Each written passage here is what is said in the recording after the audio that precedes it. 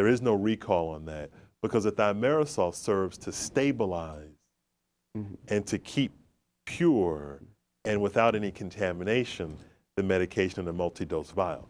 Since the pre-filled syringe, you don't draw in and out of there. Right. You just put a needle, Right. give a shot, Yeah. you throw it away. Right. But with the multi-dose vial, since you're putting needles into it and taking it out, Now, you has a need chance of something to, contamination. it's a chance of contamination. Well, how does a person determine this? When you go in there, you got a line and say, hey, is this pre, or, I mean, can they question the health department or the group about which syringe that they are getting? They sure can. We get people all the time that come in with their requests. Is that right? So you can request it? You sure can. You can request for your child or your grandchild that you get from the pre-filled, you want medication with no mercury. And if you request it, as long as we have it, we heed to the requests and the demands of our citizens for their medication. So you heard it here on Ed Brown Show, which that's something I didn't know about either, that you can request the mercureless shots. Mercury-free. Mercury-free shot when you go there. That's for the kids. That's the little kids. That's for the little kids, right? Because they really have no opportunity to really make that decision. You parents have to make that decision for your child. That's right. And you're saying under what age bracket is that? That's that age group for the children that's under the age of 3 years of age. Now, we do have the mercury-free vaccines, and typically in the health department, we use mercury-free vaccines whenever they're available. And since for the last 10 or 15 years, when thimerosal or mercury has been a question, we switched, and the state government switched to as much mercury-free vaccine as possible. Not every vaccination, because we have... Now, is there a cost value involved there? The mercury-free vaccine costs more? Not necessarily. It's a different manufacturing process. Oh, it's a different manufacturing process. And it will cost more to produce because every time you take a small amount of vaccine, put it in an individual syringe, you have to have more packaging because you have to have packaging for the individual syringe. But we don't really consider the cost when we're talking about safety for our citizens. Well, there is no cost. Well, that's what I was thinking too, you know, is the fact that the cost is irrelevant. It's irrelevant. Right. Because of the fact that what you want to do is continue with a preventive measure there. That's right. See? That's right. Okay, boy, That's hey, I learned a lot myself about that and the recalls and things of that nature, and the system that the state and the federal government and the county government have working together and giving the citizens an opportunity to make a choice and letting them know why they can make a choice based on the mercury type of, because the automatic, you know, is less contamination because the more you handle anything, the more chances of contamination. That's right.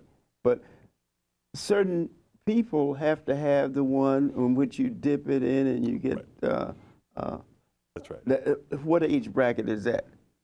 It's generally for 4 and above. Definitely 4 and 4. 4 and above. Anyone above the age of 4 years. But we do have the mercury-free for other vaccines for kids older than the age of 4.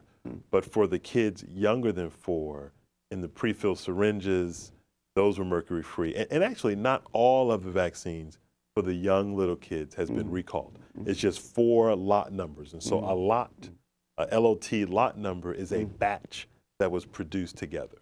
So it's only 4 of those batches that came from one company, Sanofi Pasteur. Okay, now, what about the preparation of these vaccines?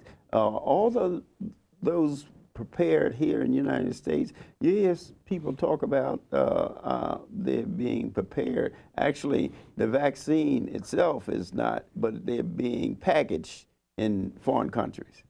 As far as I know, the companies are producing them here in labs. There's some labs in the state of Maryland. There are labs in the region. And most of the companies are producing them here in the United States, as far as I know, making them here. All of the quality assurance that goes into There's been a lot of concern about this H1N1 vaccine because they said, you know what, that was too quick for this vaccine to become available. But the good thing about the Center for Disease Control and the Food and Drug Administration, the Federal Food and Drug Administration has the quality assurance measures in place to say, you know what, we do the flu vaccine every year, we monitor the quality. They're going to monitor the quality of this H1N1. It's just like the seasonal flu, it's just a different antigen or a different virus. So the procedures are there, the quality assurance is there, the production is there, and the federal government told the vaccine companies, shut down making seasonal flu, start making H1N1. Great. Tell us about I think about senior citizens. What kind of program quickly there? We've got about 5 minutes here. Some of the biggest things we do, and we talked about flu, but we work to make sure the seniors get their regular flu shots every year. You know, we want to make sure that we have other seniors, that we have colon screening programs, we have breast cancer screening programs for our seniors. If you have seniors that are at home and need somebody help to care for them, we have Medicaid medical personal assistance programs where our staff will come to make sure somebody's being cared for properly. Well, at the home. That's one of the problems too. You know, well, the average senior doesn't want to leave his home, you know, and so they will stay at home as long as possible. And one of the problems is the medication, and if the senior citizen is capable of regulating it themselves, or do they need help? And the Prince George's Health Department has a program for senior citizens. You know of senior citizens that need help as far as getting the medication and all of that properly? The health department has a program for that, right? We do. And we have a whole division of adult and geriatric health that helps seniors with many different things in the health department. Just everything in the concerning health, as far as the seniors are concerned. And if we don't provide the service directly, we can find out who in the community can help with the needs of our seniors. Hey, that sounds great.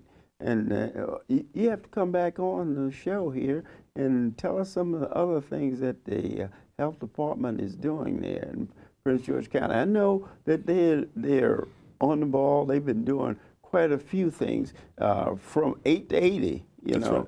But the seniors, I was concerned about them because of the fact they can't help themselves. Most of the young people, the younger ones, they have an adult that can sort of look out. But the seniors, the program, I want you to emphasize that. And what you want to do, you want to know more about it, just give us a number there that they call. Sure.